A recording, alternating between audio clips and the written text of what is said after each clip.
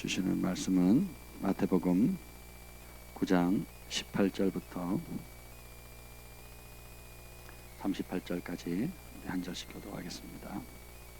마태복음 9장 18절부터 마지막 절까지입니다.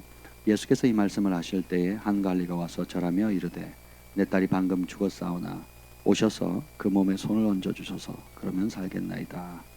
살아나겠나이다 하니 예수께서 일어나 따라가심에 제자들도 가더니 12해 동안 혈루증을 앓은 여자가 예수의 뒤로 와서 그 겉옷가를 만지니 이는 제 마음에 그 겉옷만 만져도 구원을 받겠다 함이라.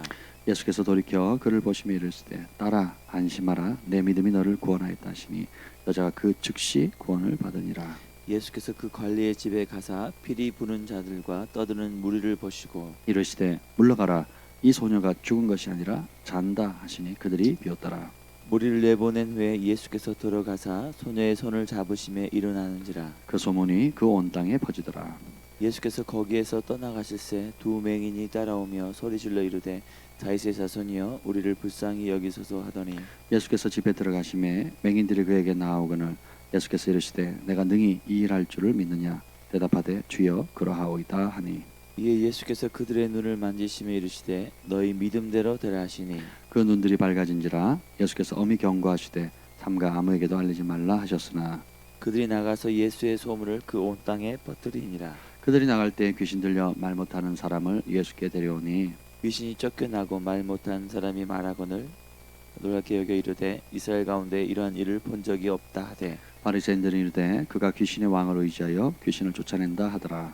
예수께서 모든 도시와 마을에 두루 다니사 그들의 회당에서 가르치시며 천국 복음을 전파하시며 모든 병과 모든 약한 것을 고치시니라. 우리를 보시고 불쌍히 여기시니 이는 그들의 목 잡는 양과 같이 고생하며 기진함이라. 이에 제자들에게 이르시되 추수할 것은 많되 일꾼이 적으니 다 같이요. 그러므로 추수하는 주인에게 청하여 추수할 일꾼들을 보내주소서 하라 하시니라. 아멘. 성령 하나님 감사합니다. 이 아침에도 우리에게 건강 주시고 우리에게 주님을 사모하고 주의 전을 사모하는 마음을 허락해 주셔서 감사합니다. 이 하루도 이 생명의 말씀으로 천국 복음으로 하루를 시작할 텐데 주님 이 말씀에 담겨진 아버지의 뜻과 진리와 생명과 능력과 치유와 부르심과 사명을 발견하게 하여 주옵소서. 이 아침에 발걸음한 모든 주의 사모하는 심령들 위해 사람이 줄 수 없는 은총과 하나님 주님의 말로 다 할 수 없는 축복과 사랑을 부어 주옵소서. 예수님의 이름으로 기도합니다. 아멘. 이제 예수님께서 천국 복음의 원리를 가르쳐 주시고 그리고 천국이 어떠한 건지를 실제로 보여 주시는데 천국 복음을 가르치자마자 하시는 게 뭐냐면 치유와 축사와 기적입니다. 그것을 한 번 해도 대단하다라고 할 텐데 지금 뭐 8장, 9장, 10장 계속 두 가지를 얘기해요. 천국 복음의 원리, 천국에서 큰 자, 작은 자, 천국 갈 자, 못 들어갈 자, 심판받을 자, 상급받을 자 하는 원리들을 쭉 가르치면서 그 사이사이에 뭐 하십니까? 치유하시고 가르치시고 전파하시고 귀신을 내쫓으시고 천국을 이 땅에 도래시키는 겁니다. 저 뒤에 있는 저 그림을 여러분 지나가며 보실 때마다 주님 나도 뿌리를 하늘에 두고 천국의 원리, 내 삶의 목적, 동기, 부르심, 재정, 시간, 이 땅에 파송받은 목적 이 모든 것이 다 천국의 뿌리를 놓는 겁니다. 그래서 파송하신 분의 목적을 다 이루시고 돌아가는 거예요. 이 땅에 있는 동안은 잠깐 있는 동안에 천국의 열매를 맺는 삶, 천국을 나타내는 삶, 천국의 원리대로 살아가는 삶. 그래서 지옥을 향하고 있는 많은 영혼들을 주께로 인도하는. 천국에서 제일 큰 상급이 뭐겠습니까? 생명의 면류관, 의의 면류관, 뭐 각종 면류관과 뭐 큰 집도 있다 그러고, 뭐 누구는 개털 모자 썼다 그러고, 누구는 뭐 작은 집, 큰 집, 뭐 이런 얘기하는 뭐 그런 것도 하나님께서 우리가 상상도 못할 아름다운 것들을 마련해 주셨는데 보고 오신 분들은 뭐 이루 말할 수 없다 그러더라고요. 저희 김 목사님도 자기 집이 뭐 대골 같았대요. 엄청 컸대요. 같이 안 산대요, 저랑. 냅다 좋아하더라고요. 나는 옆집에 살 거야. 막 그랬는데 문패 자기 이름이 적혀 있었다는 거죠. 그리고 올라갔는데 집이 굉장히 크더래요.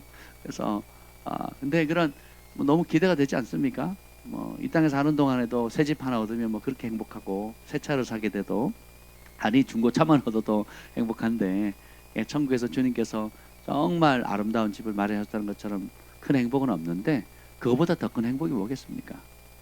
우리의 기도와 눈물과 수고와 헌신을 통해서 지옥 가지 않고 천국에 와서 예수님과 함께 사랑이신 하늘 아버지를 모시고 또 믿음의 형제 자매들과 함께 눈물 없고 고통 없고 질병 없고 죽음 없는 그 영원한 나라에서 함께 우리를 사랑하신 하늘 아버지와 살아간다는 거, 그거보다 큰 상감이 있겠습니까? 여러분이 손으로 수고하고 새벽마다 밤마다 눈물 뿌려 중보하고 또 옥합을 깨뜨려 가지고 이 땅에 우리 가족들, 믿음의 형제들, 교회 성도들뿐만 아니라 전 세계에 흩어져 있는 우리의 생명이 소중한 만큼이나 다른 사람의 생명이 소중하잖아요. 거듭나면 첫 번째 나타나는 증상이 뭡니까? 전도하려고 하잖아요. 이 좋은 예수님 나 혼자 있으면 안 되잖아요. 그 지경이 그게 성령의 역사하고 주님의 마음이거든요. 예, 어떤 그 하이디 베이커 목사님이 하나님 보좌 가운데 갔는데 예수님이 자신의 심장 속으로 들여보내더래요. 심장 안에 들어가니까 어마어마한 큰 심장인데 거기가 중보방이 심장을 들어갔더니 심장이 어떤 데는 찢어져 있고 피가 터지고 있고 어떤 곳은 빛이 나고 있는데 그 심장에 전 세계 사람들의 이름이 다 새겨져 있더래요. 예, 그래서 죄를 짓고 하나님 대적하면 그게 예수님 가슴이 심장이 찢어지듯이 피가 흐르고 막 거의 걸레처럼 된 그런 것도 있고, 근데 그런 영혼들 한 사람 한 사람 이름 놓고 불러가면서 기도하는 거예요. 예, 그리고 아버지여 저들에게 저들을 구원해 주세요. 사람을 보내주시고 저들의 기도를 들어 불쌍히 여겨달라고. 지금도 보좌 우편에서 우리를 위해서 중보하고 계시지 않습니까? 근데 그 일을 천사들을 보내서 시키지 않는 겁니다. 주에게 부탁하시니 천사도 흠모하겠네 하는 찬송이 있잖아요. 이거는 짐승이나 천사에게 맡긴 것이 아니고 영혼을 구원하는 천국 복음을 오로지 믿는 우리에게 했다는 겁니다. 저희가 이제 누가 그 진돗개를 한 마리 줘가지고 한 달 된 것들을 제가 한 서너 달 키우다 등치가 너무 커져가지고 아파트에 도저히 키울 수가 없어가지고 퀘렌시아 보냈잖아요. 그 퀘렌시아는 이제 또 매매한답니다. 곧 매매된답니다. 매매되면 안 되는데. 그래가지고 그 데니, 그 강아지 이름 데니거든요. 이제 그 강아지도 아니지 이제 많이 컸을 거예요. 오늘 보러 갑니다. 우리 아이들 잠깐 보러 가는데 오전에 너무 보고 싶어가지고 이제 그러면 이제 다른 데 또 옮겨야 되잖아요. 우리 집에서 키울 수는 없으니까 지금 고민하는 거예요. 그래서 그 데니 때문에 집을 한 채 사야 되겠다. 뭐 이런 생각이 드는 거예요. 수도권 근처에 뭐 한 평이라도 그죠? 뭐 그 데니 전용 집이 있었으면 좋겠다. 막 한낱 미물도 진돗개가 충성되잖아요. 걔는 짖지도 않아요. 저희가 몇 개월 있었는데 한 번도 안 짖었거든요. 단 한 번도. 두들겨 맞으면 깨갱 뭐 이 정도는 뭘 할지 몰라도 한 번 얘는 못 짖는 갠가 할 정도로 아파트 조용히 살았거든요. 얘가 처음에 왔을 때 제가 새벽 예배 나가면 지도 가겠다고 끙끙대고 문 앞에 1층 내려 3층인데 저희 집 3층인데 1층에 내려올 때까지 깨갱대는 소리가 좀 끙끙대는 같이 데려달라고 하는 소리만 했지 이제 그것도 몇 번 하니까 안 데려가는 줄 아니까 조용히 있었거든요. 참 순둥인데 한낱 미물도 주인의 마음을 앗아가잖아요. 밖에 내놓으면 낑낑대면 안쓰럽고 굶기면 또 안쓰럽고 뭐 그러지 않습니까? 근데 이 참새 한 마리도 하나님께 소중히 여기고 들에 핀 하루 폈다가 하루 지는 그 들풀도 하나님께서 먹이시고 입히시고 소중히 여기는데 하물며 하나님의 형상을 지음받은 우리 한 영혼은 얼마나 소중하냐 이거죠. 이제 그 마음을 우리가 거듭나면 성령께서 부어주신다는 겁니다. 그래서 어떤 사람은 선교지로 자신의 인생과 젊음과 그리고 자녀와 또 노후를 다 하나님께 맡기고 그 부르심에 순종하지 않습니까? 공산권으로 가고 무슬림권으로 가고 아시아로 유럽으로 또 그 캐나다 북미 뭐 미국 캐나다 인디안 선교는요 저희 한국 사람들이 다 합니다. 무슨 캐나다에 선교하냐고요? 캐나다 복음화율이 4%도 안 됩니다. 4%. 저 충격받았어요. 그러니까 뭐 복음주의, 가톨릭, 안식교, 또 각종 기독교를 탈을 쓴 이단을 다 포함해도 7%인가요? 7%밖에 안 됩니다. 7%. 캐나다는 뭐예요? 한마디로? 선교 대상국가예요. 선교 대상국가. 7%가 안 되거든. 7%가. 7%가 뭐예요? 그래서 순수 복음주의만 하면 몇 프로다? 0.4%. 하여튼 말도 안 되는 퍼센트지거든요. 그리고 이제 거기 이제 인디안들 선교하는 분들은 걔네들이 남의 땅 뺏었잖아요. 역사적으로 캐나다나 미국은 뭐 더 잔혹해서 인디안들이 더 관계가 안 좋고, 근데 캐나다는 조금 더 좀 예의가 발라요. 캐나다 사람들은 좀 이렇게 따뜻하고 밝습니다. 좀 순수한 면이 있어요. 그러니까 미국 사람들은 좀 무섭고 살벌하고 분위기도 그렇고 사회가 좀 이렇게 그렇습니다. 밤에 못 다니거든요. 낮에는 히치하이커가 되는데 밤에는 안 됩니다. 서로 안 해줘요. 예, 그렇게 무서운 곳인데, 왜 그러냐면 그 인디안들이, 원주민들이 이제 선대했는데, 처음에 선대했는데 백인들이 이제 속였죠. 그리고 마약과 술을 팔면서 인디안 문화를, 그 아름다운 문화를 다 박살을 내버렸습니다. 그 후손들이 거기에 대한 상처가 굉장히 커요. 그래서 지금도 백인들이 복음을 전하면 안 받아들입니다. 근데 이제 한국 사람은 조상이 똑같거든요. 그래서 인디안 선교를 누가 하느냐? 그 조상이 똑같고 문화도 비슷해요. 개인 문화라보다는 뭔가 공동체, 마을, 함께 누리고 뭐 서로 돕고 뭐 이런 문화거든요. 똑같습니다. 지금 멕시코 가도요. 멕시코에 저희가 섬겼던 그 산악 지역의 그 마을 사람도 우리 한국 사람 조상이 똑같아요. 그러니까 이제 북쪽으로 해가지고 캐나다 거쳐가지고 미국 동부 서부 해안선을 따라가지고 쭉 내려가지고 멕시코 남미까지 내려갔더라고요. 말도 똑같습니다. 언어도 똑같습니다. 치코 태백 그런 태백 그러거든요. 태백. 태백이 뭡니까 우리? 태백 뜻이 뭐예요? 클때자. 큰 산이라는 뜻이잖아요. 태백. 그러니까 제가 저걸 보던 치코는 이제 스페인어로 치코로 7이라는 뜻이거든요. 치코 태백은 7개 큰 산이라는 뜻이잖아요. 제가 보자마자 치코 태백 그렇게 타고 가는데, 차를 타고 가는데 데빌 호 목사님 타고 가다가 저거 7개 큰 산이라는 뜻이지 않냐고 그랬더니 어떻게 아니에요? 저거 우리말이라고. 그런 게 한두 가지가 아닙니다. 근데 어쨌든 간에 거기에 이제 복음을 전하는 분들이 한국분, 중국분, 중국 사람, 한국 사람이에요. 그러니까 신기하죠. 우리 민족은 선교하도록 부름받은 민족이에요. 그래서 잘 받아들입니다. 또 우리는 또 사계절에 튼튼하잖아요.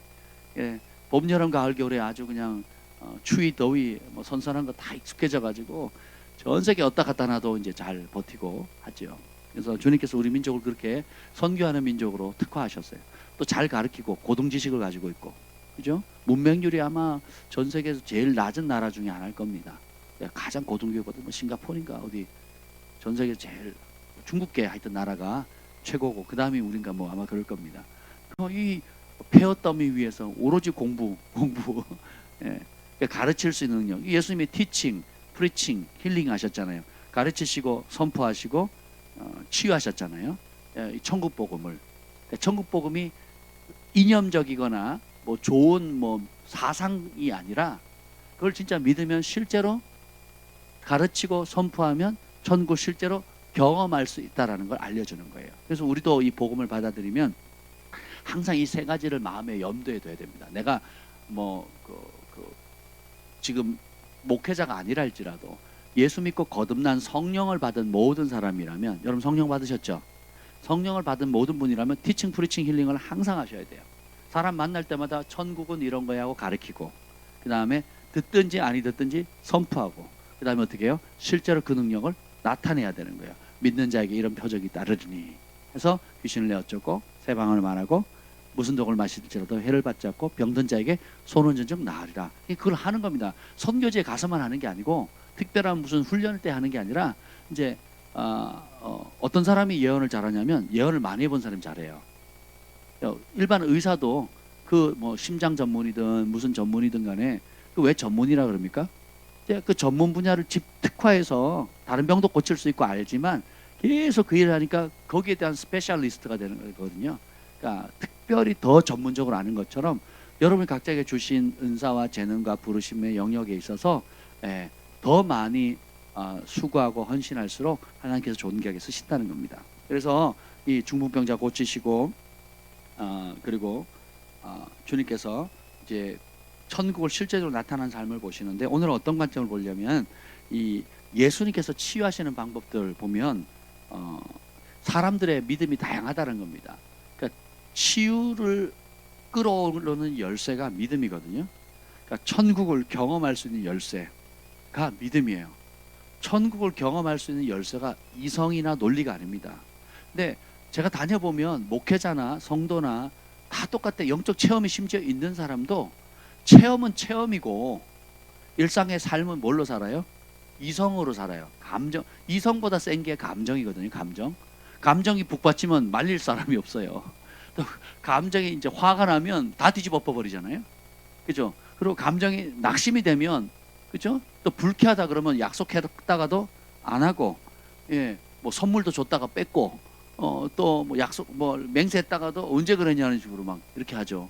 이게 제가 사역을 하면서 제일 당황스러울 때가 이거예요. 수련을 가는데 목사님, 버스를 대절해야 되지 않겠습니까? 버스 필요 없는데요.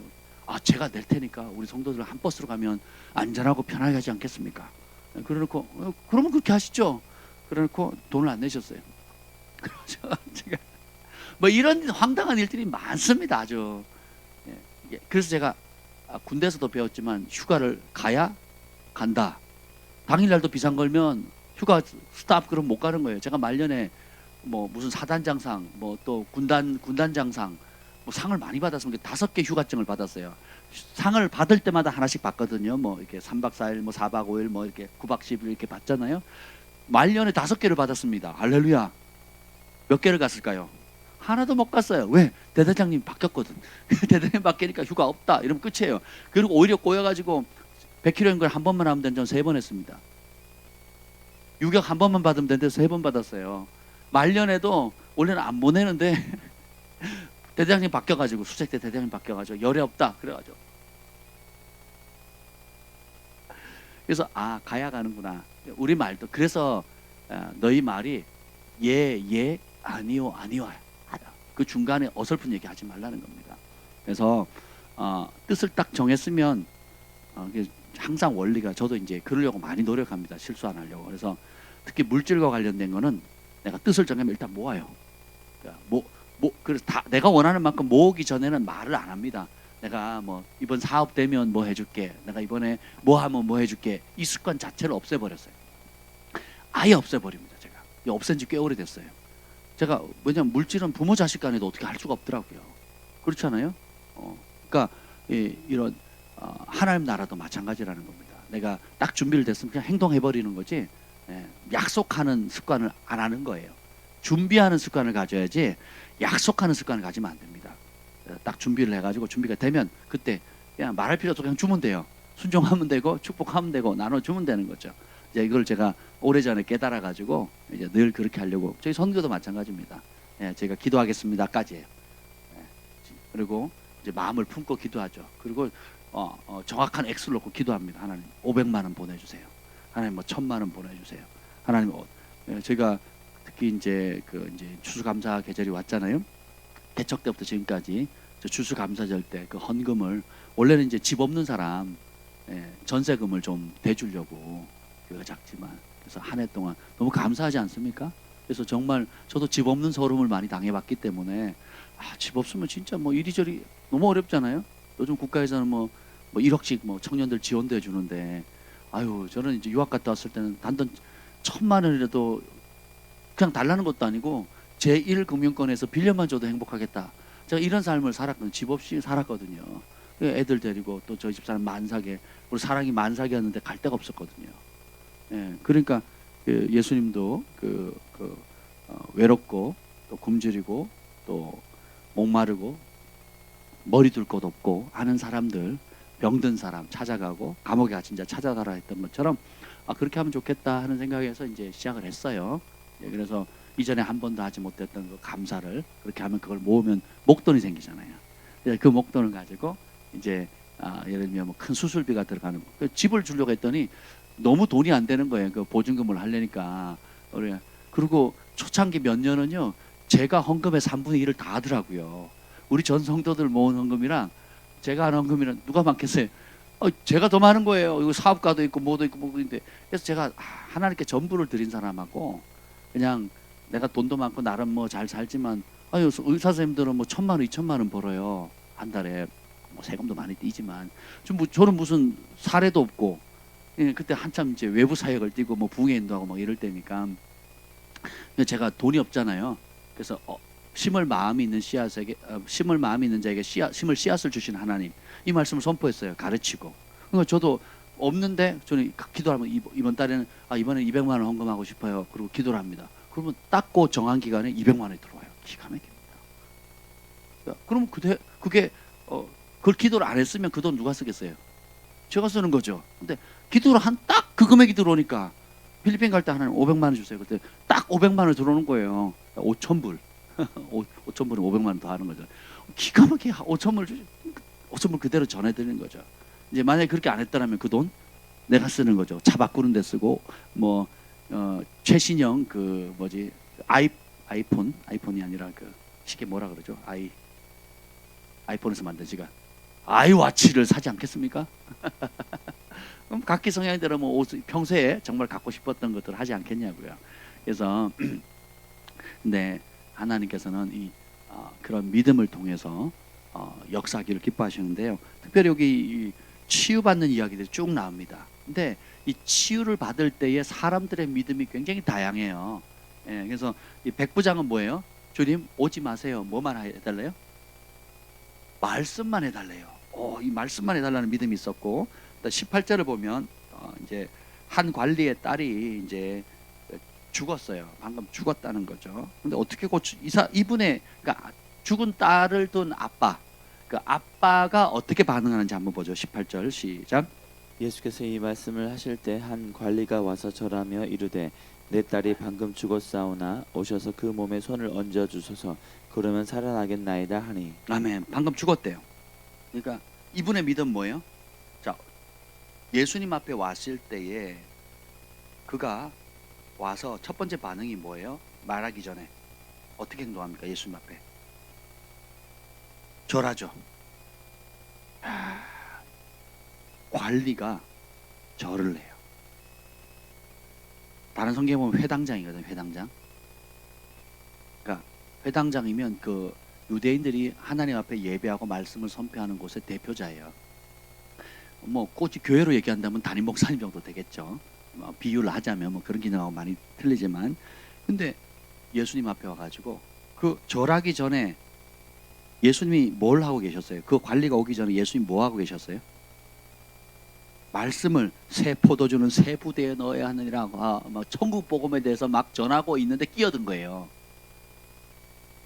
예, 사람들 앞에 막 천국에 대해서 막 설교를 하고 있는데 중간에 끼어들었다고요. 그리고 어떻게 해요? 절을 합니다. 내 딸 살려달라고.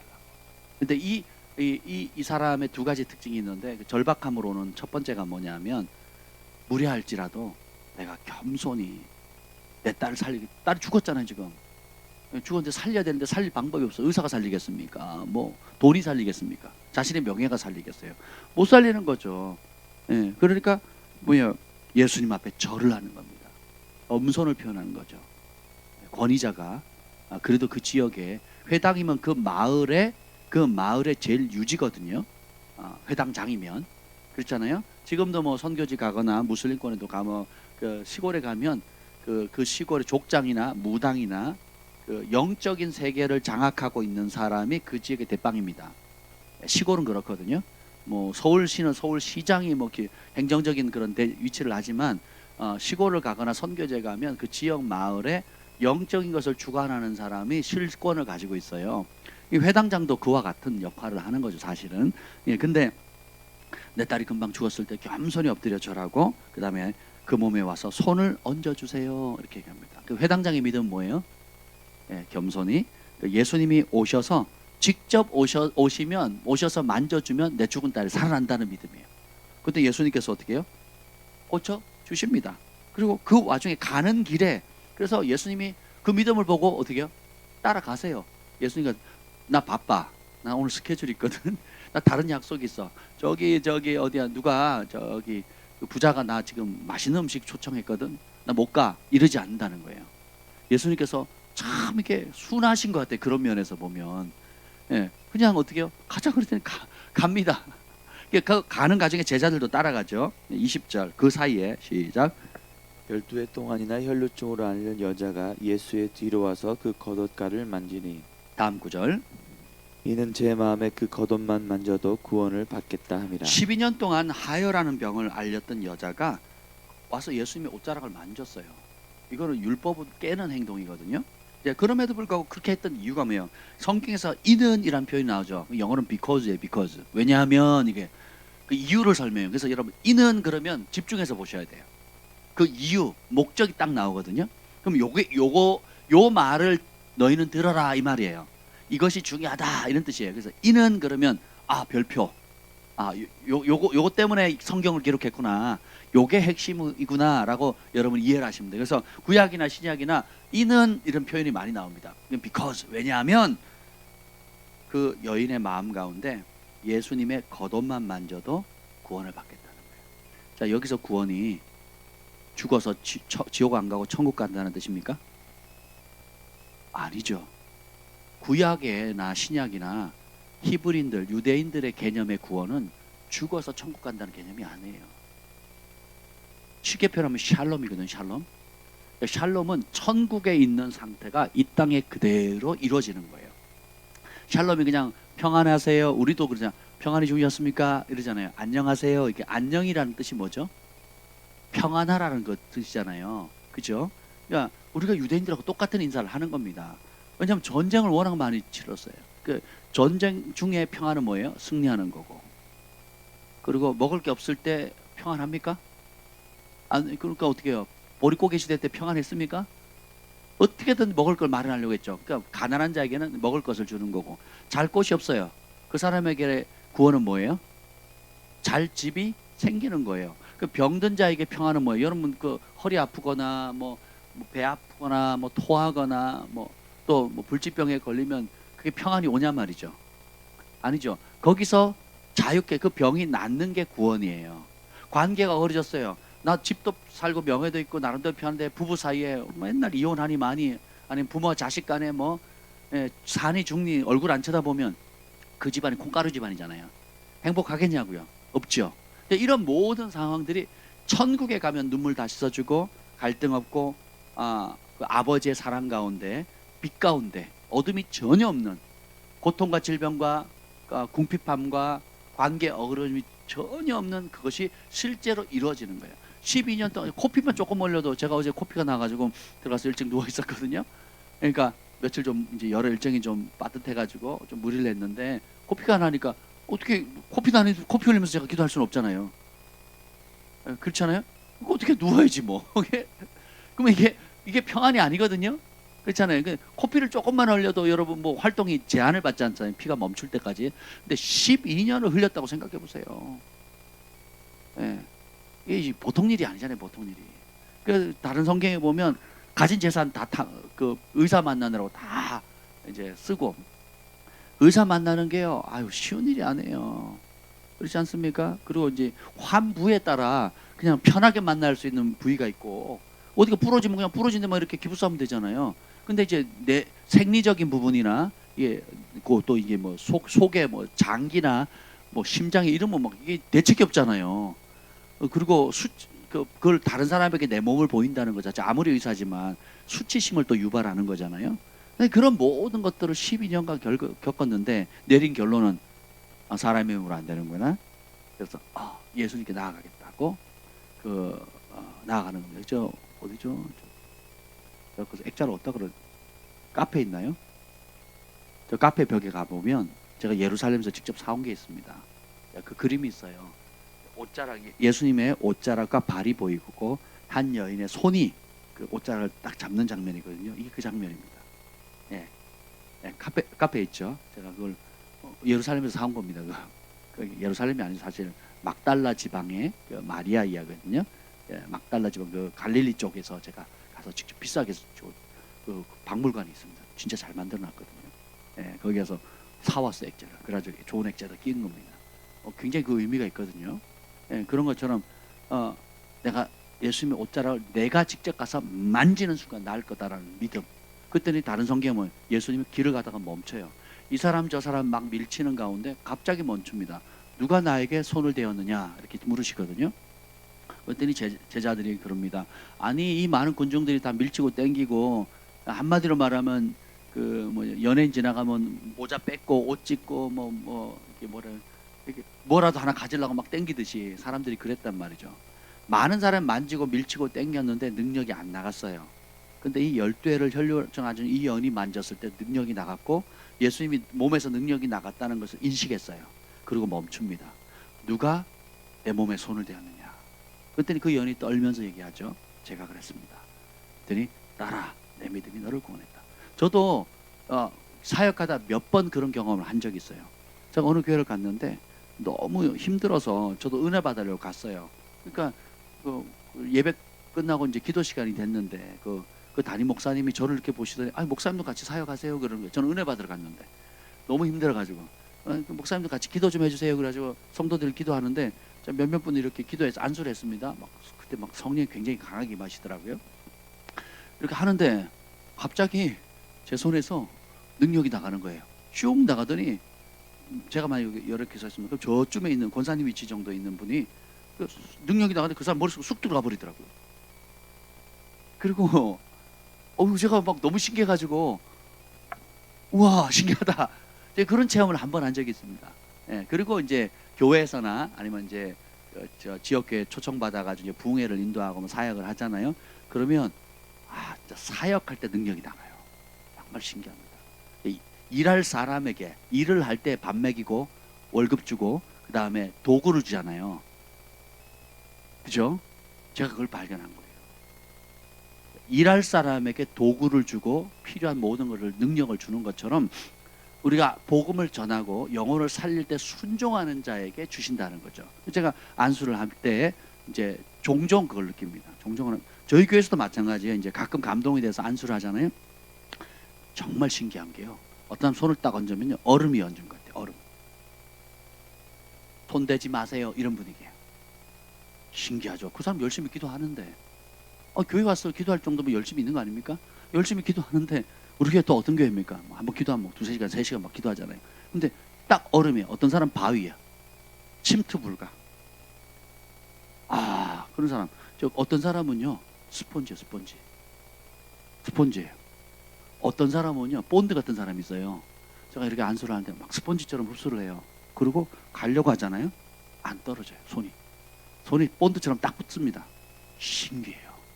그러면 보통 이제 안수해봤죠. 뭐 얼마나 합니까? 뭐 보통 이렇게 뭐 사역할 때 오래 못하니까 뭐 짧게 하지만 또 여유가 있으면 제가 짧게 안 하려고 하거든요. 예수님이 나병 환자 손 대셨잖아요. 그렇죠? 예, 그런 것처럼 제가 할 수 있으면 길게 기도할 쪽으로 노력하지만 그래도 사람이 많고 시간은 제한돼 있으니까 이제 근데 어떤 분은 저희 교회도 어떤 분이 있었어요. 제가 손을 대고 이제 기도를 하고 가려고 하는데 그분이 막 스폰지처럼 흡수하는 거예요. 그때 제 손에서 능력이 나가는 게 느껴진다. 사역자들에게 그게 느낄 수 있다니까요. 네, 느껴집니다.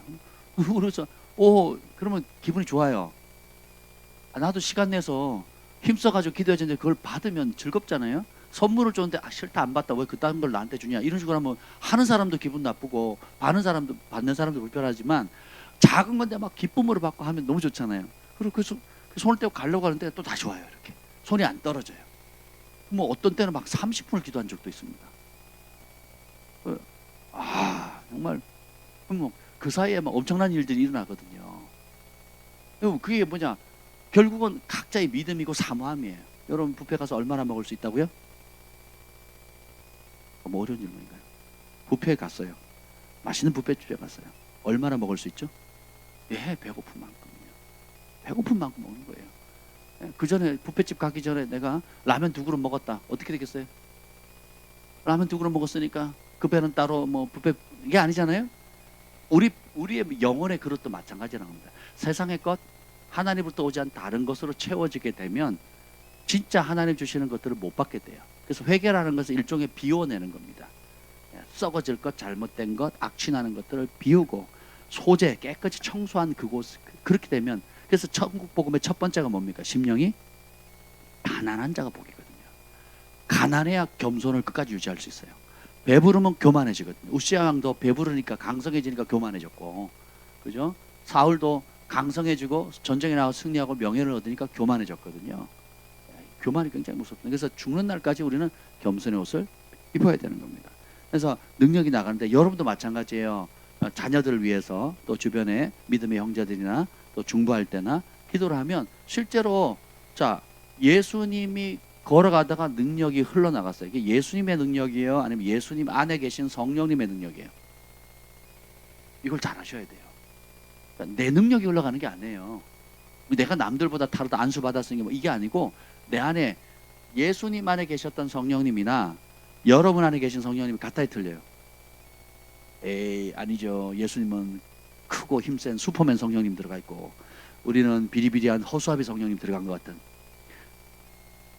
이런 느낌을 우리가 실제로 받잖아요. 그러니까 목사님이 꼭 기도해야 된다 막 이렇게 저 부흥사한테 꼭 기도 받아야 된다 이렇게 그런 것도 있어요. 특별한 기름 부음도 있습니다. 그걸 하나님 존중히 여기거든요. 근데 근본적인 뿌리는 뭐냐고요. 그 특별한 기름 부음을 받은 그분 안에 있는 성령님이나 또 안 특별해 보이는 우리 같은 사람이 받은 성령님이랑 같아야 틀려요. 같다는 거예요. 이 믿음이 있으면요, 여러분이 사역할 때나 기도할 때나 그러면 어려운 사람 도와줄 때에 두 가지를 작동시키면 능력이 배가 됩니다. 그게 뭐냐면 따라서 내 능력이 아니다. 이게 기본 그건데, 그럼 뭐냐면 내 능력이 아니기 때문에 누구를 의지해야 돼요? 내 안에 계신 성령님을 의지해요. 그러니까 주님 내가 아닙니다. 그러니까 주님을 의지합니다. 내 능력으로 치유할 수 없고, 내 능력으로 예언할 수 없고, 내 능력으로 사람을 바꿀 수가 없습니다. 내 능력으로 귀신을 쫓아낼 수도 없고, 내 안에 계신 성령님을 철저하게 의지하는 거죠. 그래서 믿음이라는 열쇠와 두 번째, 오늘도 예수님이 뭐 어떻게 하냐면 불쌍히 여기사 이렇게 나오거든요. 사랑을 작동시키는 겁니다. 그러니까 사랑이 치유를 가져오거든요. 예수님께서 옛날 성경에는 민망히 여기사, 이게 오늘 요즘 성경에는 불쌍히 여기사 이거거든요. 그러니까 영어는 compassion이에요. 동정하는 거, 공감하는 거예요. 저 아픔, 저 고통, 저 어려움, 저 가난, 저 결핍, 저 상실감, 주님께서 compassion, 공감해 주는 거거든요. 같이 아파하는 거예요. 같이 즐거워해주고, 그러니까 어떻게 돼요? 주님께서 그것이 믿음과 사랑이 치유를 극대화시켜 버리거든요. 왜냐하면 우리 안에 있던 제한된, 막혀 있어 이런저런 이유로 갇혀 있던 그 성령님을 성령님의 물고 생수의 강처럼 터뜨리게 만드는 게 하나님의 말씀에 대한 믿음과 그 영혼을 향한 사랑입니다. 이 두 가지를 작동을 시키면 굉장히 여러분 안에 이미 주신 하나님의 성령, 그리고 중보의 능력, 기도할 때도 그 두 가지를 놓고 기도해 보세요. 그냥 늘 하듯이 하는 기도와 내가 그 사람을 향한 긍휼한 마음과 또 하나님이 그 일에 개입하시면, 여러분이 하는 기도가 사실 대부분 불가능한 일에 대한 기도 아닙니까? 여러분의 능력으로 하지 못하는 기도 제목 아니냐고요. 그렇죠? 그러니까 어떻게 해요? 그 대상에 대한 불쌍히 여기는 마음과 그 다음에 그 일에 대해서 나는 할 수 없고 하나님이 역사하시면, 초자연적인 능력이 하시면 된다는 거죠. 치유되고 회복되고 자유케 되고, 그죠? 승진이 오고 영향력을 되고, 그러니까 그 사랑과 믿음이 같이 항상 이렇게, 그래서 성경에는 한 가지 믿음밖에 없습니다. 사랑으로 역사하는 믿음이에요. 사랑으로 행동하는 믿음이에요. 이게 갈라디아에서 나오거든요. 사랑으로 역사하는 믿음, 쉽게 표현하면 사랑으로 움직이는 믿음, 사랑으로 행동하는 믿음이에요. 그러니까 사랑과 믿음은 동전의 앞뒷면과 같습니다. 그래서 그 작동을 하면 되겠고요. 그랬더니 따라 안심해라, 내 믿음이 너를 구원했다. 그러니까 즉시 구원을 받으니라. 언제 받았다고요? 그래서 여기서 그러니까 제가 이 구원에 대해서 좀 고민을 많이 해봤습니다. 구약에도 보면 제가 지금 사사기를 다 읽었거든요. 사사기를 보면서 하나님께서 사사를 세워가지고 구원하잖아요. 미디안으로부터 구원하고, 암몬으로, 모압으로 구원하고, 또 메소포타미아 무슨 왕으로부터 구원하고, 뭐 계속 구원합니다. 그러면 그 구원이 그 이스라엘 백성이 범죄해서 왕 주변에 탄압을 받다가 고통이 극심하니까 여호와께 부르짖으니까 사사를 보내서 그 백성들을 압제해서 구원하잖아요. 그러면 그 구원받은 백성들이 평온해지니까 또 뭐합니까? 범죄하죠. 자, 그러면 사사기 전체가 진짜 말도 안 되는 이상한 행동들을 많이 하거든요. 왜냐하면 그들에게 왕이 없으므로 각기 자기 소견들 했다 그랬어요. 그러면 구원은 받았어요. 그죠? 근데 구원받은 그 백성들이 하나님 구원받은 이후에 축복, 평안이 오고 강성해지니까 무슨 행동을 해요? 죄를 짓죠. 여기서 갭을 보셔야 돼요. 구원은 받았다고 성경은 표현하는데, 현실은 이 사람들이 여전히 하나님을 버리고 여호와를 버리고 뭐예요? 이방 신들을 섬기거든요. 물질의 복도 받고 전쟁도 없는 평안도 있고 압제도 사라졌어요. 그래서 하나님이 사사를 통해서 구원했다라고 얘기를 하는데, 구원받은 그 백성들의 실상은 뭐합니까? 지금 누구를 섬겨요? 바알들과 아세라 신을 섬기고 금오스 신을 섬기고 몰렉 신을 섬기거든요. 가나안 지역에 있는. 그러니까 그 말도 자기 욕심을 채워주는 다양한 종류의 신들을 섬긴단 말이죠. 그러면 이 사람들이 그러면 구원받았다는 그 말이 천국이 보장됐다 이런 뜻일까요? 하나님이 인정한다는 뜻입니까? 아니죠. 그러니까 구약이나 신약이나 구원의 개념은 다 뭐예요? 현실의 천국과 일치되지 않은 실질적인 문제로부터 그 문제를 하나님께 부르짖었더니 하나님 성령이 역사하셨더니 어떻게 돼요? 그 문제가 현실적인 문제 속에서 천국이 임했다라는 거예요. 그러니까 영혼 구원이 보장됐다는 뜻이 아니란. 충격받으셔야 돼요. 구약의 이스라엘 백성 40년 광야 동안 그 일제대 다 엎드려 죽었잖아요. 근데 그 거역하고 폐역하고 얼마나 하나님이 참다 노하기를 더디하고 인자가 자비가 무궁하신 그 하나님께서 참다 뭐라 그런지 아세요? 모세 비켜, 내가 오늘 못 참겠다, 다 쓸어버리고 너랑 나랑 단둘이 시작하자 이러거든요. 근데 그런 이스라엘 백성들을 주님 몇 번 구원하세요? 수도 없이 구원하시거든요. 성경에 뭐래요? 구원했다 그래요. 그러니까 구약의 그 구원이나 신약의 그 구원이나 똑같은 구원이거든요. 그러니까 우리가 얼마나 구원을 교리적으로 듣는지 좀 이해하십니까? 그래서 제가 심판을 딱 보면 또 전혀 다른 말이에요. 제가 심판에 대해서 지금 이제 성경을 다 뽑아놨거든요. 심판은 100% 뭐와 연결된 줄 아세요? 믿음이 아닙니다. 믿음으로 심판받는다는 말이 성경에 단 한 번도 안 나와요. 믿음으로 구원받는다는 말은 자주 나옵니다. 그러니까 믿음으로 구원받는다는 말은 자주 나오는데 믿음으로 심판받는다는 말이 하나도 없어요. 그러면 심판과 직결된 두 단어가 뭔지 아세요? 행동과 열매예요. 특히 마태복음은 열매가 99%가 뭐와 관련돼 있어요? 심판. 열매 안 맺으면 찍혀 불에 던져버린대요. 슬피 울며 이를 간대요. 근데 열매를 많이 맺으면 곳간에 들이고 아버지의 잔치에, 창세 이르로부터 예배하는 아버지의 잔치에 들어간다는 거죠. 그러니까 한국교회에서 이제 교회 문턱을 놔두고 어떻게 불신자들에게 복음의 핵심을 전하기 위해서 또 그 불안하니까 구원의 확신을 심어주려고 여러 성경 교재나 전도 교재를 만들었는데 과연 성경적이냐 말이죠. 예수님 복음서만 읽어보세요. 쉽게 구원 받을 것 같아요? 성경 보면 내일이나 모레 볼 건데 여러분 10장 한번 보세요. 10장 37절부터 39절 한번 읽어보죠. 10장 37절부터 39절 시작. 아버지나 어머니를 나보다 더 사랑하는 자는 내게 합당하지 아니하고 아들이나 딸을 나보다 더 사랑하는 자도 내게 합당하지 아니하며 또 자기 십자가를 지고 나를 따르지 않는 자도 내게 합당하지 아니하니라. 자기 목숨을 얻는 자는 잃을 것이요 나를 위하여 자기 목숨을 잃는 자는 얻으리라. 십자가 지어야 되는 거예요. 십자가는 목걸이가 아니에요. 실제로 죽는 거거든요. 그래서 그 뒤에 이 상징적으로 자아가 죽는다 이런 뜻도 아니에요. 여기는 자아가 죽는다는 뜻이 아닙니다. 뭐예요? 실제로 죽는 거예요. 누구 때문에? 예수님 때문에. 그분의 말씀 순종하는 것 때문에. 그죠? 교회 300만 원 300만 원에다 구상권 청구한다니까 예배를 싸가리 안 드리잖아요. 예배를 쉽게 포기하거든요. 그 300만 원 때문에. 예? 그리고 이제는 개인당 10만 원씩 부과 안 됩니다. 안 드리거든요. 이 차원 갖고 꿈도 못 꿉니다. 꿈도. 자기 목숨을 잃어야, 예수님 때문에 자기 목숨을 잃어야 실질적으로 된다는 거죠. 이해가 되세요? 이런 말이 한두 구절이 아닙니다. 32절 33절에 보면 누구든지 사람 앞에 나를 시인하면 아버지 앞에 시인할 거고, 누구든지 사람 앞에 나를 부인하면 나도 하늘에 계신 내 아버지께 그를 부인하리라. 그리고 더 심각한 말씀들이 굉장히 많거든요.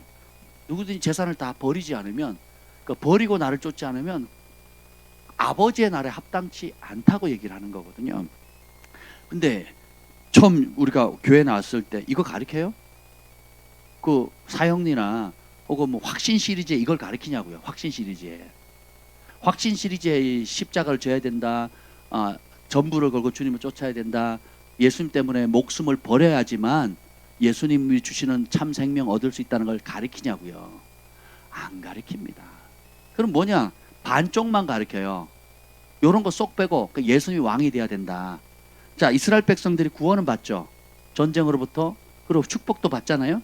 그 성경은 100% 사사시대 구원했다 그래서 사사를 세워서 구원했다. 한 구원자를 세워서 이스라엘 백성을 구원했다는 게 계속 사이클처럼 반복됩니다. 그럼 그 사람이 이후에 최후 마지막 심판 때에 구원받는다는 걸 보장해 주는 그런 뜻이냐고요? 전혀 아니라는 겁니다. 신약도 마찬가지예요. 예수님께서 지금 이렇게 열뇌를 혈루증으로 앓은 사여라는 그 여인이 믿음으로 반응했을 때 그 믿음을 보시고 어떻게 해요? 내 믿음이 너를 구원했다 하는 그 구원은 천국 보장해 준다는 뜻이 아니라는 거예요.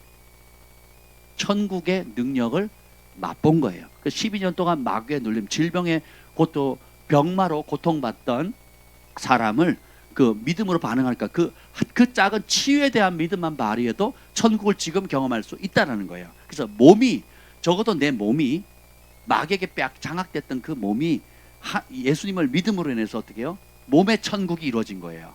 몸의 구원이 이루어진 겁니다. 근데 마지막 최후 심판 때의 심판의 의미의 그 구원이 아니라는 겁니다. 요 개념으로 성경 읽어보세요. 딴색이에요. 그 이상하다. 왜 구원받았다 그러는데 주님이 나중에 모른다 그러거든 자꾸. 마태복음 7장 읽었잖아요. 나더러 주여 내가 선지자 노릇했다. 그 선지가 아닌데 선지자인 척했다는 느낌의 뉘앙스잖아요. 우리말 성경은 실제로 그런 뜻이 아니에요. 진짜 선지자였어요. 진짜 예언했고 진짜 정확히 발람 선지자처럼 국가적인 예언을 했고 개인적인 예언을 했고 쪽집게처럼 자자작 했단 말이죠. 그리고 병 고쳤어요. 그리고 권능을 행했고 귀신을 내어 쫓았단 말이에요. 그런 척한 것도 아니고 다른 뭐 귀신의 이름으로 한 것도 아니에요. 진짜 예수님의 이름으로 병 고치고 예수님의 이름으로 기적을 행하고 예수님의 이름으로 권능을 행하고 예수님의 이름을 발휘했단 말이에요. 그런데 예수님 모른대요. 이스라엘 40년 동안 기적을 보면서 구원을 받았잖아요. 사사시대 또 구원자를 통해서 얼마나 많은 구원을 받습니까? 근데 주님이 폐역하고 목이 곧은 백성들이 하고 내치시거든요. 왜 그럴까요? 여기서 말하는 구원은 천국의 혜택이에요. 천국의 혜택. 천국의 혜택은 받는데 왕의 통치는 거부하는 겁니다. 그래서 내 마음대로 살아요. 한국 교회나 세계 교회 수준이 다 거기에 머물러 있어요. 하나님 주시는 혜택, 치유되든 그것이 영적인 혜택이든 물리적인 혜택이든 재정적인 혜택이든 관계 혜택이든 혜택을 받아서 그런 의미의 구원은 받지만 실질적으로 예수님 내 삶의 왕이 되어서 천국의 법도대로 예수님이 내 삶의 주인입니다. 그래서 난 그 주인이 이끄는 대로 그 천국의 법을 따라 순종하며 천국의 열매를 맺는 삶으로 가는 사람은 드물다라는 거예요. 그래서 좁고 협착하다는 겁니다. 좀 더 넓은 집 주세요. 좀 더 좋은 차 주세요. 뭐 우리 자식 잘 되게 해주시고 좀 잘해 우리 교회 부흥하게 해주시고 그 바운더리를 못 벗어나는 거예요. 결국 누가 편하려고? 내가 편하려고. 누가 행복하려고? 내가 행복하려고. 예, 그런 거죠. 그 아버지의 뜻이 아니에요. 하늘 아버지가 존재하는 목적은 뭐예요? 그런 사람들은 나를 행복해 주기 위한 가신인 거예요. 집안신이 되는 거예요. 집안신. 사사기가 그렇거든요. 사사기의 마지막에 미가가 나오고 제사장이 나오거든요. 제사장이 집안에 돈 줄 테니까 내가 돈 줄 테니까 너 우리 집에서 좀 축복 좀 해줘. 이렇게 나옵니다. 야. 근데 그 집안신을 또 다른 그 지파가 가지고 그 용하다고 하니까 소위 말하면 용하다고 하니까 또 뺏어가요. 너 한 집안의 제사장 할래? 그 지파의 제사장 할래?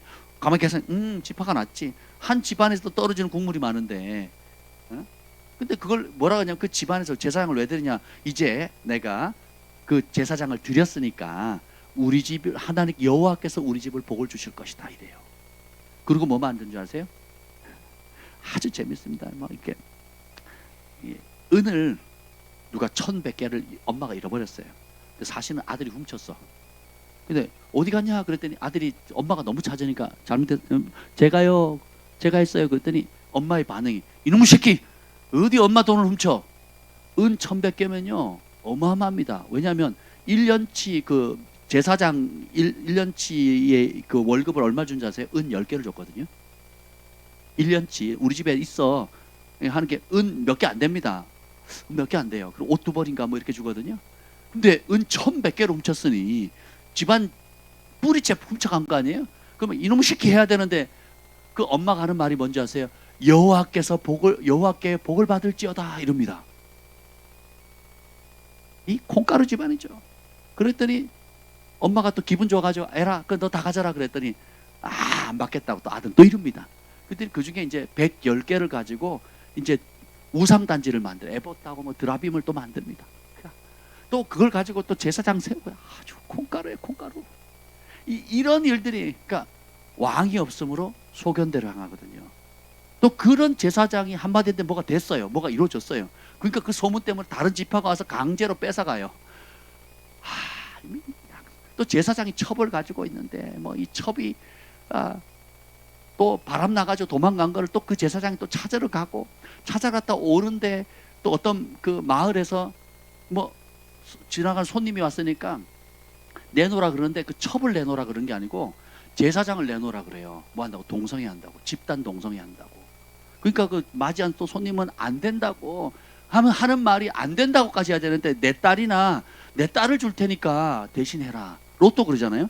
내 딸을 아니면 첩을 뭐 이럽니다. 근데 이 제사장은 건드리지 마라 이렇게 또 나와요. 하여튼 이게 정신 나간 상태 아니고는 이게 될 수 없는 일들이 이제 사사기를 꽉 채우고 있거든요. 구원은 받았는데 왕의 통치를 거부하니까 각기 자기 소견대로 하거든요.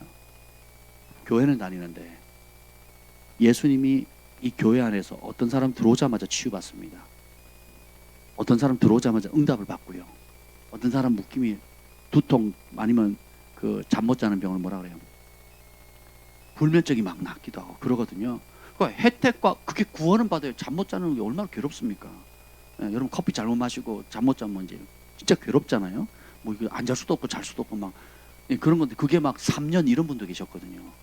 3년을 약을 먹어도 그때뿐이에요, 그때뿐. 그러니까 밤낮을 거꾸로 살고요. 사람 미쳐버리는 거죠. 고문 중에 제일 큰 고문. 근데 와가지고 그냥 낫는단 말이죠. 그럼 그렇게 나았으니까 천국이 보장된 겁니까? 심판을 안 받습니까? 사람들이 대부분 이제 그런 식으로 인식을 하는 거예요. 내가 예언을 잘하니까, 병을 고쳤으니까, 아니면 내가 물질의 복을, 기적적인 복을 받고 기도 응답이 됐으니까 천국 간다고 생각하면 여러분 끔찍한 겁니다. 기도 응답은 이스라엘 백성처럼 많이 받은 민족이 어디 있겠어요? 구원을 말한다. 그러면 이스라엘 백성처럼 구원을 경험을 실질적으로 체험적으로 하나님을 경험한 사람이 어디 있겠어요? 구름기둥 불기둥 만나 메추라기 전쟁마다 승리, 그리고 온갖 기적들 다 경험하죠. 근데 뭐예요? 다 엎드려져 심판을 받거든요. 우리 하나님이 어떤 분인지 보셔야 돼요. 그래서 결국은 뭐예요? 우리가 거룩의 길을 가야 되고 하나님 주신 그 법대로 아버지의 뜻대로 행하는 자가 복을 받고 오늘도 태필린 복음 선포했잖아요. 예수님이 어떤 사람이 복이 있다 그랬습니까? 당신을 젖을 먹인 어머니가 복이 있다 그랬더니 그게 아니라 그러죠. 이 말씀을 듣고 행하는 자가 복이 있다 그랬어요. 그 요한계시록도 좀 선포했잖아요. 누가 복이 있다고? 율법 이 계시를 예수 그리스도 계시를 읽고 듣고 행하는 자가 복이 있다 그랬거든요. 그죠? 그래서 천국에서도 이 천국 복음을 행하며 가르친 자가 복이 있다고. 다 누가 한 말이에요? 예수님이 하신 얘기거든요. 그럼 누구 말 들어야 돼요? 예수님 말씀 들어야지. 여러분들이 새신자 반, 확신 시리즈 반 그걸 들어야 돼요? 짜깁기 한 거죠. 짜깁기. 부분적인 진리를 담고 있는 건 맞아요. 이게 위험한 거예요. 아예 모르면 모르니까 내가 틀렸어라고 하는데 부분적인 진리를 가지고 지금 부분적인 그 일부의 진리를 가지고 전체 진리인 것처럼 영원한 진리인 것처럼 하면 진짜 진리가 오면 받아요, 못 받아요? 못 받는 거죠. 그렇지, 여러분 저는 확신 시리즈 엄청 싫어합니다. 이 위험을 아니까. 그 확신 시리즈 말하는 그 확신이 있다는 걸 제가 알아요. 압니다. 근데 현실에서 성도들은 그걸 몰라요. 그리고 오히려 그 확신 때문에 어떻게 돼요? 영적 체험도 하고 응답도 받고 기도응답도 받고 체험을 하는데 그 확신 시리즈 때문에 죄를 못 이깁니다. 죄를 정당하고요. 회개를 깊이 못 하고요. 그리고 사방이 그냥 그 구멍이 다 나 있습니다. 그래서 엉망이 되는 거야, 엉망이. 심지어 목회자들도요. 그 목회자들이 그 사고를 가지고 있으면 성도들을 깨우겠어요? 아니면 열심히 40년, 50년 평생 성직을 감당해서 했는데 막상 천국에 가보니까 몇 사람이 있어요. 아니 본인도 천국에 못 갈 가능성이 많아요. 가보니까 없어요. 몇 안 되는 거예요. 그리고 지옥에 갔더니 단체로 우리 성도들 같이 있는 거예요. 하나님 주신 혜택과 현실적인 구원은 받았지만 왕의 통치와 주인을 바꿔야 안 바꿔요? 주인 안 바꾸고 주인이 주는 혜택만 콩고물만 평생 얻어먹은 거예요. 그 누구 마음대로 살아요? 내 마음대로. 뭐가 이끄는 삶? 욕심이 이끄는 삶. 그래서 성경이 왜 욕심은, 탐심은 우상숭배라 그러잖아요. 그러니까 가나안의 신들이 한마디로 딱 짜면 뭐예요? 몰렉 신, 무슨 신 해서 하면 딱 짜면 뭐예요? 욕심이에요. 욕심. 욕심이 잉태하면 죄를 낳고 죄가 장성하면 사망이 오는 겁니다. 책을 써야 될 것 같아요. 제가 아무리 생각해도. 예. 그래서 24절 읽어보죠. 24절. 마태복음 9장 24절입니다. 9장 24절. 마태복음 9장 24절. 시작. 이르시되 물러가라. 이 소녀가 죽은 것이 아니라 잔다 하시니 구약이나 그들이 비웃더라. 신약이나 여러분 죽음의 개념을 바꾸셔야 돼요. 구약에도 사람이 이제 다윗이 죽으면 그 선조들 묘실에 잔다고 표현하거든요. 잔다고. 여러분 저녁에 되면 어떻게 합니까? 눈 감고 자잖아요. 죽음 연습하는 거거든요. 그리고 악인, 의인만 부활하는 게 아니고 악인도 부활을 하는데 영, 혼, 육도 다 부활합니다. 지금 그 나노 기술, 유전자 기술 통해 가지고 막 몸이 재생되는 거 많이 연구하잖아요. 그 도롱뇽이란다. 도마뱀 꼬리 딱 잘리면 얼마 후에 생기잖아요. 여러분 팔 한번 자르면 어떻게 됩니까? 생겨요, 안 생겨요? 귀를 자르면 안 생기는데 도마뱀은 자르면 생기거든요. 그죠? 그럼 뭔가, 아니 도마뱀도 그 육체를 가지고 있고 사람도 육체를 가지고 있는데 뭐는 생기고 뭐는 안. 근데 과학자들이 그 원리를 발견해 나가고 있는 거거든요. 그죠? 사람의 기술로 아니면 하나님이 만든 피조물 가운데서도 이미 절단돼서 잘리면 안 나야 되는데 재생하거든요.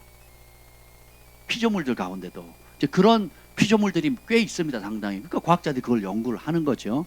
그러니까 하나님 만든 피조 세계도 육체가 재생되는데 이후에 부활할 때도 주님께서 우리 영만 공중에 유령처럼 붕붕붕 떠다니면서 구원받는 게 아니에요. 김 목사님도 그렇지만 많은 지옥계를 실제로 체험한 사람들을 보면 영이 고통받는 게 아니에요. 영, 혼, 육이 다 고통받습니다. 그러니까 육이 막 불태워지면 실제로 다 태워지고 난 다음에 다시 어떻게 몸이 재생을 하는 거예요. 다시 그 고통을 또 받는 겁니다. 다 탈 정도로 고통받고 또 어떻게 해요? 또 다시 몸이 또 재생되는 거예요. 이게 영원히 악순환되는 거거든요. 생각해 보세요. 끔찍하지 않습니까? 그래서 우리가 죽음에 대해서 죽음은 끝이 아니고 죽음은 자는 거예요. 언제까지? 최후의 심판 때까지 보류되는 거예요. 보류. 근데 좀 더 구체적으로 표현하면 어떻게 돼요? 우리 예수님께서 그 실상을 보여주실 때에 우편 강도에게 오늘 네가 나와 함께 낙원에 있으리라 그러죠. 예. 그 믿음의 고백 때문에 우리가 죽으면 죽음이 끝이 아니고 반드시 심판이 있습니다. 그걸 머리로는 아는데 실제로 준비하느냐, 이건 다른 문제라는 거예요. 결산을 받을 준비 됐느냐.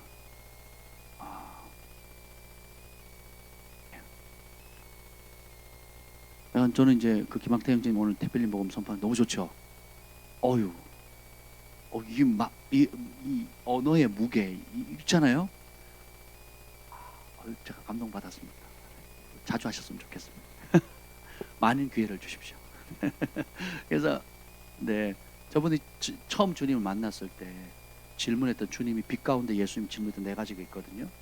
네가 탐욕을 부리지 않았느냐, 또 다른 사람을 무시하지 않았느냐, 또 쾌락을 즐기지 않았느냐. 다 어디 나온 얘기예요? 마태복음 7장에 있는 말씀이잖아요. 5장, 6장, 7장의 기준으로 그대로 묻는 거고, 그게 또 십계명 안에 다 있는 얘기잖아요. 그렇죠? 그럼 그 질문을 했으면 우리 인생에 남은 인생에 그 질문에 대해서 어떻게 돼요? 답을 해야 되겠죠. 그리고 이후에 주님 앞에 섰을 때 주님이 뭔 질문하실까요? 똑같이 질문하십니다. 그래서 예수님 뭐라 그래요? 내 말이 마지막 날에 너희를 심판하리라. 우리의 심판의 기준은 뭐예요? 예수님의 말씀이에요. 그러면 우리가 천국 복음이 복음서로 얼마나 우리가 무겁게 받아들여야겠어요.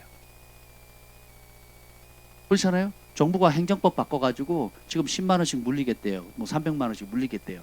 구상권 청구하겠대요. 그것만 해도 사람들이 막 쫄아가지고 잠깐 있을 법이잖아요. 잠깐 있을 법인데도 쫄잖아요. 근데 지금 우리가 주님 앞에 심판받으면 그 법은 언제까지 유효한 법이에요? 이전에도 창세 이전도 또 지금도 창세 이후 영원한 세계까지 그 하나님 정한 법대로 심판을 받고 상을 받을 건데 이 법을 얼마나 예수님이 내 마지막 날에는 내가 이 땅에 살면서 했던 그 말이 너희를 심판하리라 그랬단 말이죠. 그럼 이 예수님의 말씀을 얼마나 소중히 여겨야 되겠냐고요. 그러니까 우리의 사고 체계로 싸그리 바뀌어야 돼요. 내 과거에 했던 패턴들 지난 30년, 50년, 60년 그냥 패턴대로 살아왔던 그 사고방식, 주일학교에 배웠던 성경 지식으로 사시면 안 돼요. 주일학교에서 그냥 애들 귀엽지 뭐 그냥 하나님은 사랑이셔 뭐 맞죠. 근데 그런 개념으로 그 어리고 미숙한 개념으로 하나님을 이해하시면 안 되면 빨리 어린아이를 벗어버리셔야 돼요. 그래서 마태복음 5장, 6장, 7장 그리고 이제 이후에 계속 이 복음서에 예수님 천국은 마치 하면서 설명을 쭉 하시잖아요. 그걸 그대로 믿으셔야 돼요. 그리고 그대로 행하셔야 돼요. 그러면 그대로 상을 받습니다. 근데 배웠는데 아는데 행동하지 않으면 행동 안 한 그대로 심판을 받는 거예요. 결혼식에 와야 친구죠. 장례식에 와야 친구죠. 못 오면 계좌 송금을 해야 친구죠. 그렇지 않습니까? 내 맘 알지 그러고 안 하고 내 맘 알지 그러고 조의금이나 부주 안 하면 그래 네 맘 안다. 너는 내 친구 아니다. 이렇게 되는 거죠. 사람도 행동해야 밥을 사 먹여야 그죠? 어려울 때 도와줘야 그래 몸이 보여야 병들 때 찾아와야 병원에 와야 친구죠. 그리고 사랑한다. 그래 사랑한다 하는 게 먹히죠. 사랑한다 그러면서 친구라 그러면서 그런 자리에 안 오면 어떻게 돼요?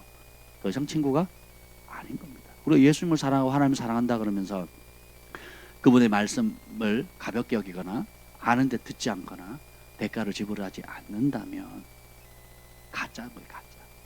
그래서 무거운 겁니다. 그래서 이 말씀을 읽으면 떨림이 와야 되거든요. 말씀을 읽을 때 떨려야 제대로 읽은 겁니다. 떨려야. 아 주님 그 결론은 뭐야? 주님 여러분 마태복음 5장 6장 7장을 읽을 때 와 좋다 와 행복하다 이렇게 하면 잘못 읽은 거예요. 절망하셔야 돼요. 내가 어떻게 달라는 대로 거저주고 어떻게 원수를 사랑하고 어떻게 내가 마음으로 음욕을 품지 않을 수 있고 절망할 수밖에 없는 거죠. 그래서 주님 도와주세요. 주님의 능력이 아니고는 할 수가 없습니다. 아 그래서 성령이 필요하군요. 그래서 내 자아가 죽어야 되는군요. 그래서 내가 거듭나야 되는군요. 성령의 인도함을 받지 않으면 내가 영의 사람이 될 수가 없군요. 깨어 기도하지 않으면 왜 금식, 기도, 구제를 강조할까요? 그거 하지 않으면 깨어 기도하지 않으면 내가 이 세상을 이길 수 없다는 걸 알기 때문에 예수님도 너희가 한시도 깨어있지 못하느냐 시험에 들지 않도록 깨어 기도하라 그러거든요. 복음의 영적인 원리가 아주 이렇게 심플하다는 겁니다. 그래서 여러분 죽음은 죽음 이후에 심판이 있다는 거 준비하셔야 됩니다. 그래서 이렇게 이제 두 사람이 이제 첫 백부장은 말씀으로 그 다음에 회당장에 딸을 둔 아버지는 뭐예요? 예수님 친히 오셔서 고쳐달라 그러고요. 또 12를 혈루증을 앓은 여인은 내가 친히 가서 붙잡겠다는 거, 율법을 깨가면서 붙잡겠다는 거거든요. 그래서 붙잡아서 나음을 받았죠. 그다음 맹인들은 예수님께서 거기를 떠나 지나간다는 소문을 듣고 어떻게 합니까? 27절 읽어보자. 27절 이제 오늘 잡으셔야 돼. 27절 시작. 예수께서 거기에서 떠나갔을새 두 맹인이 따라오며 소리질러 이르되 다윗의 자손이여 우리를 불쌍히 여기소서 하더니 다윗의 자손이여 우리를 불쌍히 여기소서라고 소리를 바락바락 지릅니다. 다른 성경은 시끄러워 조용해 막 이럽니다. 그랬더니 더 큰 소리로 다윗의 자손이여. 메시아를 일반 서민들이 부를 때 다윗의 자손이라 그러거든요.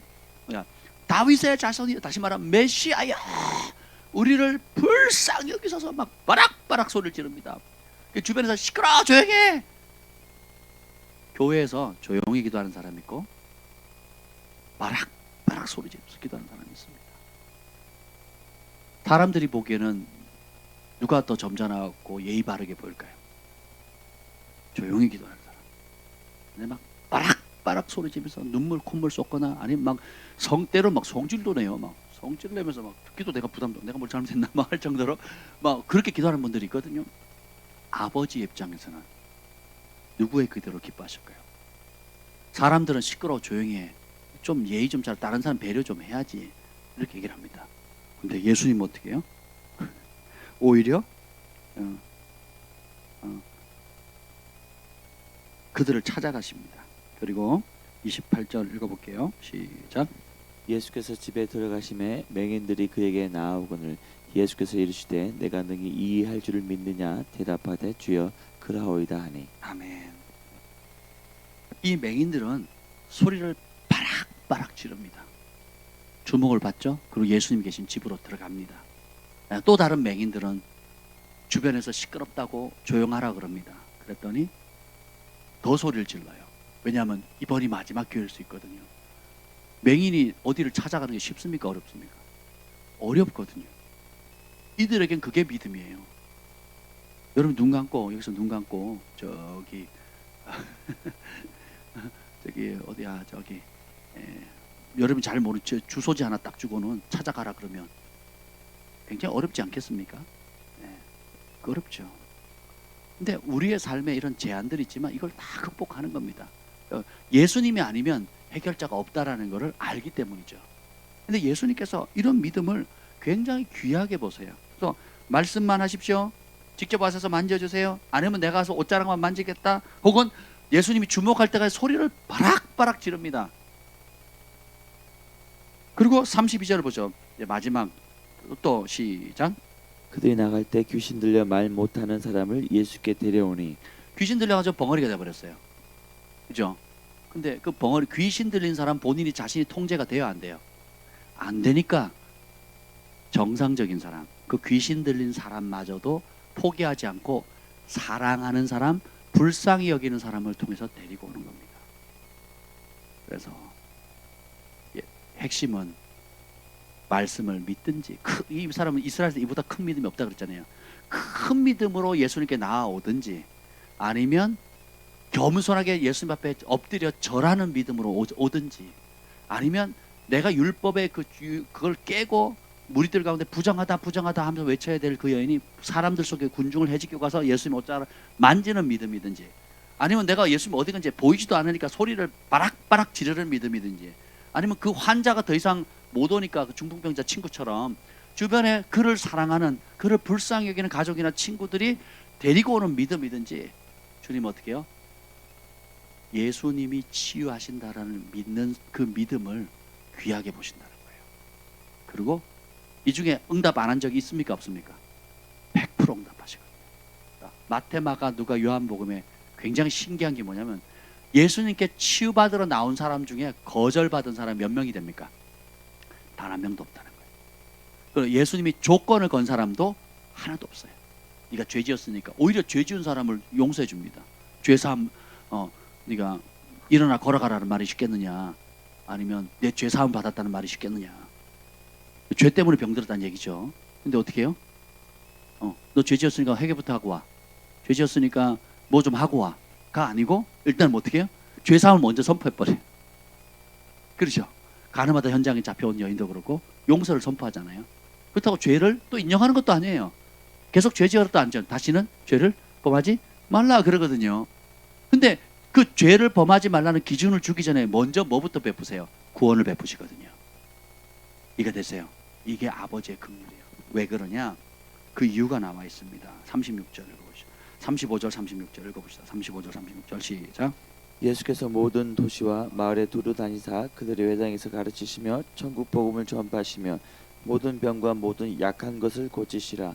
무리를 보시고 불쌍히 여기시니 이는 그들이 목 잡는 양과 같이 고생하며 기진합니다. 아멘. 모든 병, 모든 약한 것을 고치신 이유가 뭐예요? 이들이 무리를 보시고 불쌍히 목 잡는 양이라는 거예요. 그래서 고생하고 기진. 목자가 없으니까 갈 바를 알지 못하고 늑대와 이리를 뜯기고 찢기고 병들고 또 사단의 밥이 되는 거죠. 그러니까 사단의 밥이 되니까 그 고통받는 것을 예수님께서 불쌍히 여기시는 거예요. 진리의 길로 인도할 수 있는 목자가 없으면 이렇게 고생한다는 거예요. 그래서 주님께서 목자가 없었기 때문에 죄짓고 목자가 없었기 때문에 병들고, 목자가 없었기 때문에 방황하고, 목자가 없었기 때문에 고생하고 기진하는 살 의욕을 잃었기 때문에 주님께서 천국 복음을 전해서 내가 목자다, 목자장이다 그러면서 모든 병과 모든 약한 것을 고쳐주시는 것입니다. 예나 지금이나 교회나 회당이나 성전이나 이런 종교적인 활동을 할 수 있는 공간은 많고 그렇게 배운 지식인들은 많지만 그리스도 안에서 일만 스승은 있지만 아비가 적다고 한 것처럼 정말 그 영혼들이 생명의 길로, 진리의 길로, 또 영원한 심판을 받지 않고 그 부르심의 자리로 인도하고 아버지 창세 이래부터 예비하신 아버지의 잔치 자리로 들여보낼 수 있는 그런 실력을 가지고 있는 목자가 적습니다.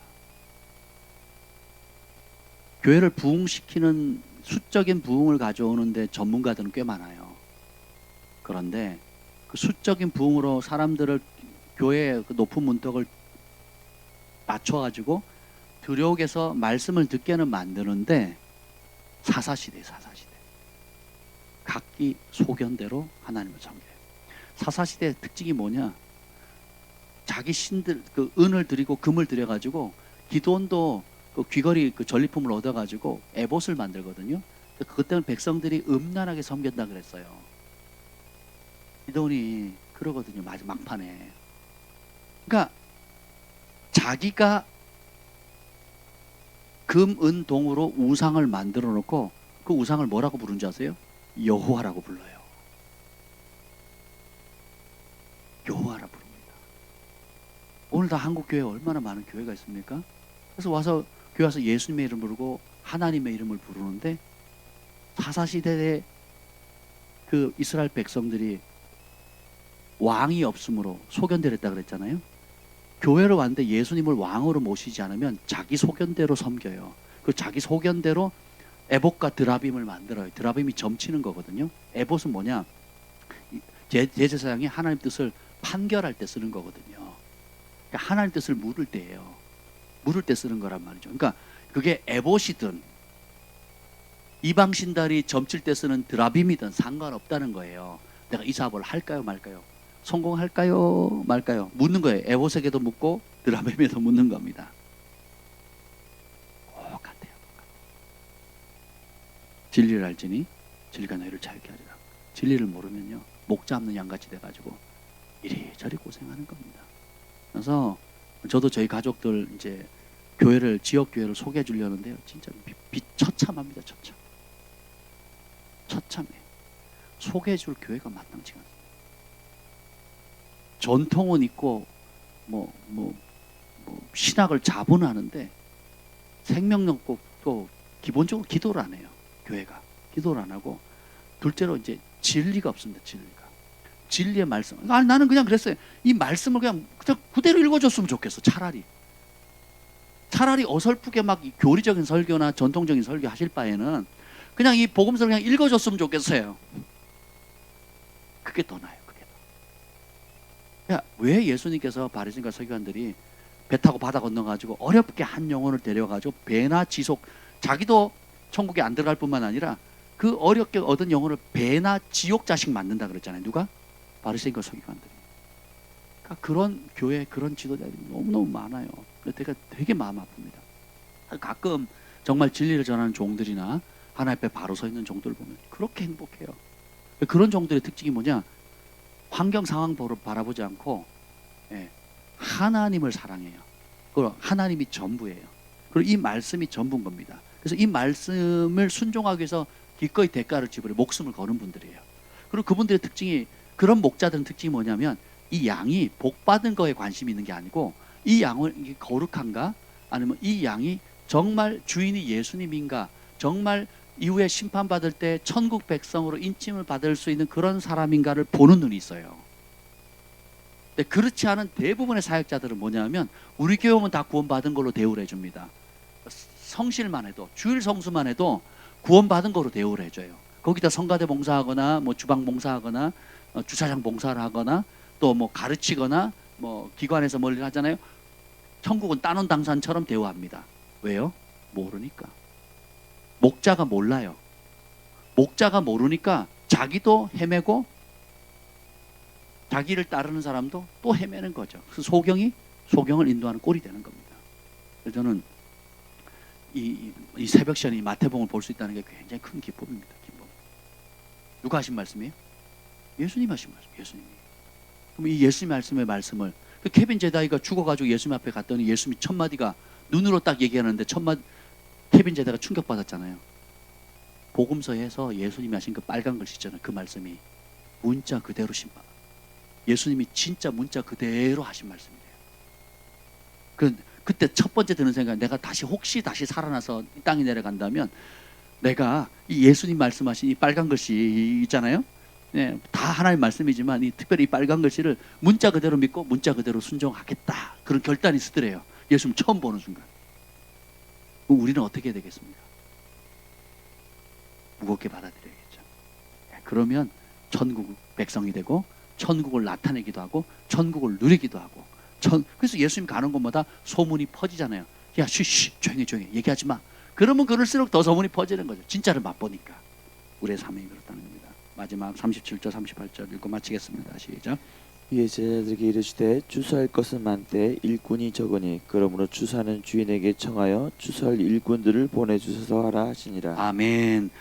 이렇게 추수할 것이 많은데 34절에 보면 바리새인들이 그런 예수님을 귀신의 왕을 의지해서 귀신 내어 쫓아낸다고 아예 대적을 하죠. 이 대적하는 세력들이 있습니다. 그런 치유를 해도 치유가 보이는 게 아니고 귀신 들려서 병을 고친다고 이따위 소리를 하고 있는 거예요. 교회가 성령 충만하면 그 이단이라고 얘기를 합니다. 희한하죠. 부흥을 위해서 기도해놓고 부흥이 오잖아요. 그럼 부흥이 터진 걸 감당을 못합니다. 그걸 오히려 이단이라고 얘기를 하는 거죠. 교회사 내내 이게 반복됩니다. 왜냐? 예전에 있던 그 바리새인을 움직였던 영이 그때 죽은 게 아니잖아요. 더 강해지면 강해졌지. 지금도 똑같이 있다는 겁니다. 그래서 예수님이 너희가 내 이름 때문에 모든 민족에게 미움을 받으리라. 그리고 부모와 자식 사이에, 부부 사이에, 딸과 며느리와 시어머니 사이에, 그죠? 예, 불화한다는 거죠. 영이 달라져 버리는, 영이 나눠져 버리는 겁니다. 예, 그렇다 할지라도 추수할 것이 많대요. 그래서 추수하는 주인, 또 하나님의 이름, 또 예수님의 이름이 끊임없이 주인이라고 얘기를 하잖아요. 그러니까 왕대심, 주대심을 철저하게 인정하는 삶을 실제로 살아내야 천국 백성입니다. 그러지 않고 현실적인 구원에 집착하는 삶은 혜택은 받지만 이후에 심판 앞에 무서운 심판을 받게 될 것입니다. 그래서 추수할 일꾼들을 보내주셔서 이 말 하기 전에 먼저 뭘 해야 되겠어요? 주님, 나를 추수의 통로로 사용해. 복음을 전하는 자들의 발걸음이 아름답도다. 복음 들고 산을 넘는 자들의 발길 아름답고도. 이거는 천사들도 흠모하는 거거든요. 다른 누구도 할 수 없는. 그러니까 여러분 주변에 예수 안 믿는 사람들, 가족, 형제들 가운데 복음을 전할 그 영혼들을 추수할 수 있는 추수꾼은 누가 돼야 되겠습니까? 내가 되는 거죠. 그리고 또 교회적으로, 개인적으로도 뿐만 아니라 교회적으로도 주님 더 많은 진리를 사랑하고, 저는 그 기도합니다. 하나님 중보자 100명을 주세요.